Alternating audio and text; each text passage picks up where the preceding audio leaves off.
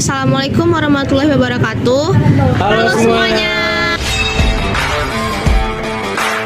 Kami akan membahas penegakan hukum tentang kasus geng motor. Kami mengambil contohnya dari aksi geng motor di Flyover Brian yang meresahkan warga sekitar. Kami mewawancarai pihak pengacara yang bernama Ibu Yeria Laila SH.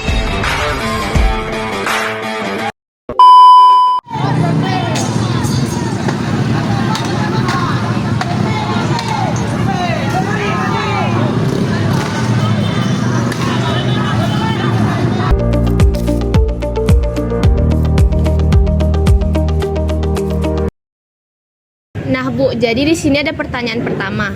Apa saja tindakan kriminal yang dilakukan oleh geng motor yang dapat dikenakan sanksi pidana?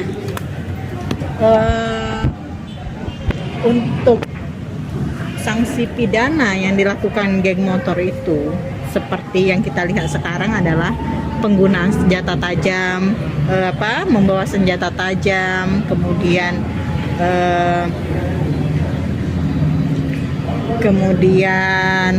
menyucuk orang, kemudian membegal. Itu kan tidak semua geng motor seperti itu, tapi yang paling penting adalah bagaimana kita melihat anak-anak kita yang geng motor ini dari sisi yang lain dulu gitu loh. Yang pertama adalah perlengkapan berkendaranya dulu gitu loh. Perlengkapan berkendaranya kita lihatlah geng motor itu biasanya mereka memakai kendaraan secara konvoi, kebut-kebutan di jalan, kemudian melanggar lalu lintas, misalnya lampu merah lah dulu. Kemudian yang kedua adalah tidak memakai helm yang sangat berbahaya. Helm itu kan bukan hanya kita takut sama seseorang, polisi di depan, tapi sebagai alat pelindung diri. Kemudian mereka juga sering membuat keonaran di jalan. Kemudian mereka kenapa mereka bisa geng motor gitu loh. Kadang-kadang kenapa kita takut dengan geng motor itu karena mereka suka membawa senjata tajam yang kita tidak tahu siapa korbannya gitu, kira-kira seperti itu. Nah, pengancam kalau mereka geng motor itu secara konvoi, biasanya kalau perlengkapan berkendara biasanya mereka melanggar undang-undang lalu lintas, tidak memakai helm pasal 57 ayat 1 dan 2. Tetap ada sanksinya. Sanksinya adalah kalau mereka tidak memakai helm dan ketahuan petugas, mereka akan kena sanksi 1 bulan atau denda 250.000. Itu adalah sanksi, bukan sanksi sosial, tapi sanksi memang hukuman kurungan. Kemudian mereka tidak membawa surat-surat kendaraan. Pastinya kalau anak di bawah umur, pastinya tidak punya mereka SIM, kan seperti itu. 15 tahun kan tidak punya SIM, ya kan? Apa sanksinya? Ada juga sanksinya. Kemudian sanksinya adalah di pasal 288 ayat 1 di Undang-Undang Nomor 22 tahun 2009, kan begitu. Kemudian apalagi ketika mereka membawa senjata tajam, ada unsur pidananya di situ, adalah KUHP. KUHP-nya di Undang-Undang Nomor 12 tahun 1951. Apa katanya? Bahwasanya membawa senjata tajam yang tidak diizinkan itu ancaman pidananya adalah 10 tahun. Seperti itu. Kemudian apalagi kita merasa terancam yang di jalanan ketika adanya geng motor. Mereka tidak berbuat, misalnya lah mereka tidak membawa senjata tajam pun, namanya geng motor, kita sudah takut gitu loh. Makanya upaya-upaya pemerintah sekarang sangat masif, artinya terus menerus usaha pemerintah itu untuk supaya meminimalisir lah adanya geng motor. Demikian untuk tidak pidana dari geng motor gitu. Kemudian ada lagi pertanyaan?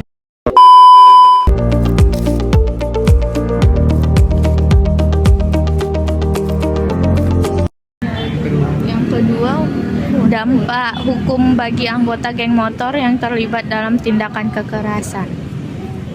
Kalau kekerasan itu, senjata tajam itu dia tidak membawa, misalnya senjata tajam itu melukai orang ya, melukai orang sudah penganiayaan. Ancaman hukumannya itu bisa di atas 5 tahun atau di atas 5 tahun atau lebih. Kemudian kalau dia begal mengakibatkan luka seseorang adalah juga mendapatkan hukuman perampokan seperti itu. Ancamannya berapa tahun? Pastinya di atas 5 tahun.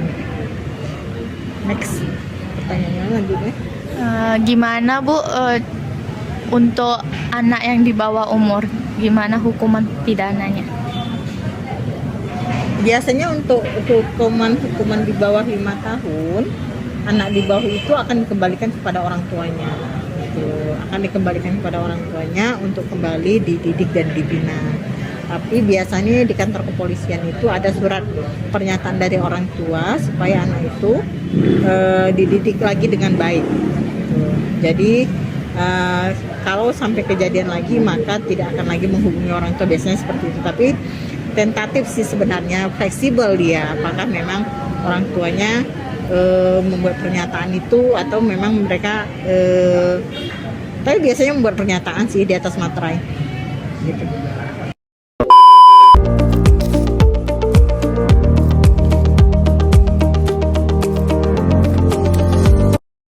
Bagaimana proses penyelidikan dan penuntutan kasus yang melibatkan geng motor, Bu?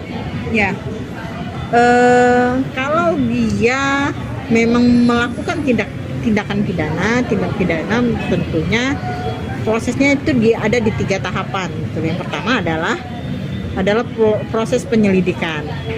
Proses penyelidikan itu di tingkat kepolisian, kemudian naik di tingkat penyidikan. Penyidikan itu adalah tingkat kejaksaan, kemudian baru dilimpahkan ke pengadilan. Itulah di pengadilan itu hakim akan memutuskan berapa tahun dia akan diancam pidana.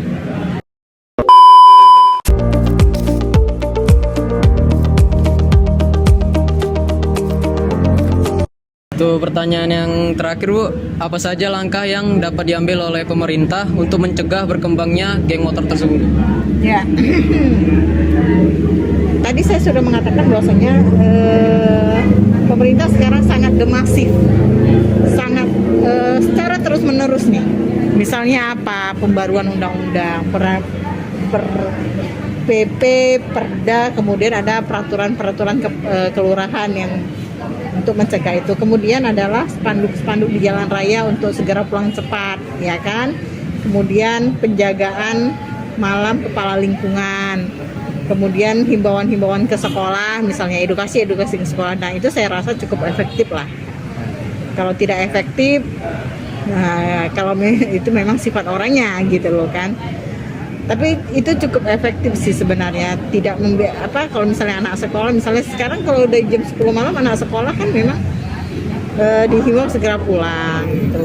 Kalau ada anak sekolah kan biasanya kalau ada polisi nih yang patroli, kalau ada anak jam 10 biasanya disuruh pulang atau ditelepon orang tuanya, minta nomor handphone orang tuanya gitu. Biasanya seperti itu. Ada beberapa yang seperti itu. Ada juga yang pembiaran. Ada pembiaran. Maksudnya pembiaran, mama aku aja nggak marah katanya. Ya kalau mama kau marah, ya kau nggak sampai sini. Mama aku aja nggak marah katanya kan. Kita memang agak kesulitan kalau misalnya kadang-kadang di zaman sekarang ini manjanya, sayangnya orang tua itu berbeda gitu loh. Sayangnya orang tua ini dilakukan pembiaran apapun yang dilakukan anak. Ini kita yang agak sedih gitu loh.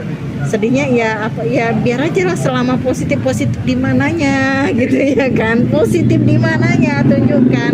Karena sangat ya, kalau seperti ini bukan ini saja. Misalnya dia kalau udah bergeng motor itu perempuan juga menjadi, ya kalau dari sudut perempuan ya, kalau perempuan juga menjadi objek dalam, dia adalah sangat rentan terhadap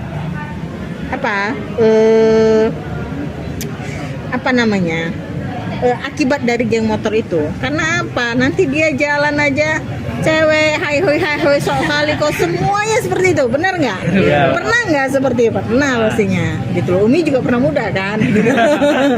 Dan Umi pernah diperlakukan seperti itu. Nggak enak kan, kita jalan belanja. Makanya anak perempuan sekarang nggak dikasih maknya tuh ke Indomaret sendiri. Ya. Karena nah itulah kenyamanan kita ini akibat geng motor ini udah nggak ada lagi gitu. Ya.